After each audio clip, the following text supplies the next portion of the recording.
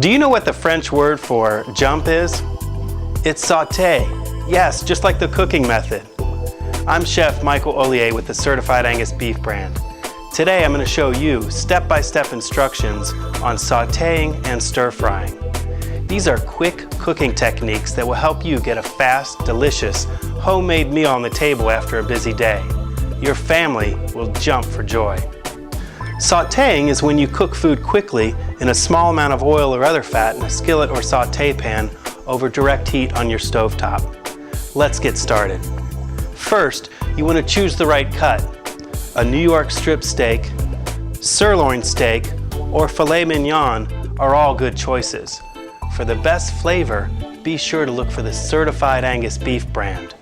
Marbling. These little white flecks of flavor are what sets the Certified Angus Beef brand apart. As the beef cooks, that marbling is going to melt and give your beef incredible flavor, tenderness, and juiciness. To sauté, take a large sauté pan like this one and preheat it over medium-high heat. Then season your steak. I've got New York strip steaks here. Use kosher salt and freshly ground black pepper. You could use other rubs and seasonings, but when you've got top quality ingredients like the Certified Angus Beef brand, you don't want to cover up that robust beef flavor. I think a little salt and pepper is all you really need for great results. Be sure to season both sides of the meat.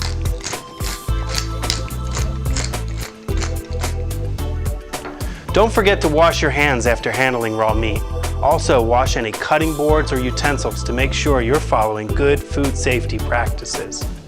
Now your pan should be ready to add a small amount of oil. You don't need a lot, just enough to thinly coat the bottom of the pan. Give it a few seconds to heat up. For sautéing, I prefer to use a canola or peanut oil for their neutral flavor and heat tolerance. Our oil is now hot. It's begun to shimmer in the pan. Just as it begins to smoke, carefully add the seasoned steaks to the pan. I always use tongs for this task. Gently lower your steaks into the pan, away from you in case any oil splatters.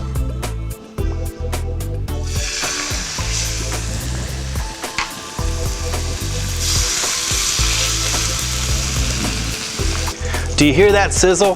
That's the sound of some delicious steak. By putting the steaks in a hot pan, we're creating a lot of wonderful browning on their surface, and that's going to mean great flavor when they're ready. The steaks need some room in the pan because if you add too many, it's going to cool the pan down and keep them from developing that nice brown exterior. Now the hard part. We want to leave our steaks alone for a minute or two as they sear and cook on the first side. We don't want to move the steaks around yet. Just let them sit and develop that wonderful caramelized exterior. When you start to see the juices rise to the top surface, it's probably time to turn them. You'll know you're ready when you can lift your steaks easily from the hot pan with your tongs. If you feel any resistance, if your steaks want to stick to the bottom of the pan, they're probably not ready. Give them another minute and try again. Flip your steaks. Look at that color. And let them cook the same way on the other side. Exactly how long depends on a number of factors. What degree of doneness are you targeting? How thick is your steak? And how hot is your pan? The best way to check doneness is by using an instant read thermometer. I'm going for medium rare, nice and pink on the inside for maximum flavor and tenderness. So I want my thermometer to read between 135 and 140. Insert your thermometer carefully into the center of the steak from the side.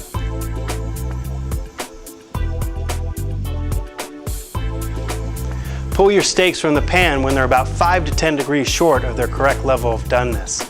Allowing them to rest about 5 minutes before serving gives the juices a chance to redistribute. This is especially important if you're going to slice your steaks before serving.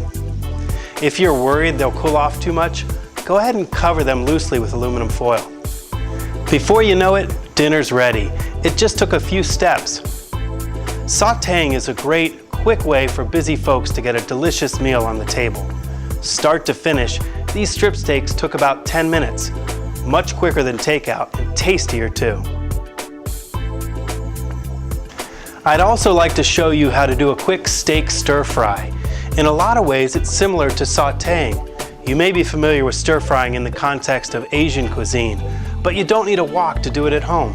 Use a regular large frying pan and slice your ingredients into small, even pieces before cooking. You'll stir your ingredients in the pan as they cook. I've sliced a sirloin steak into thin, even ribbons and seasoned them. Add the steak gently into your preheated, oiled pan, being careful not to overload it so it stays hot.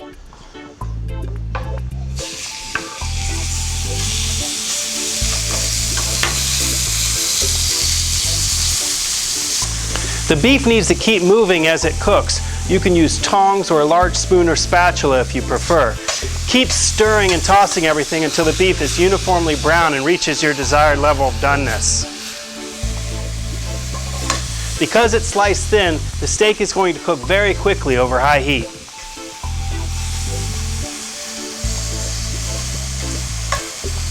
Then carefully remove the cooked steak to your serving plate. Here I've cooked some rice and stir-fried vegetables to go along with our steak.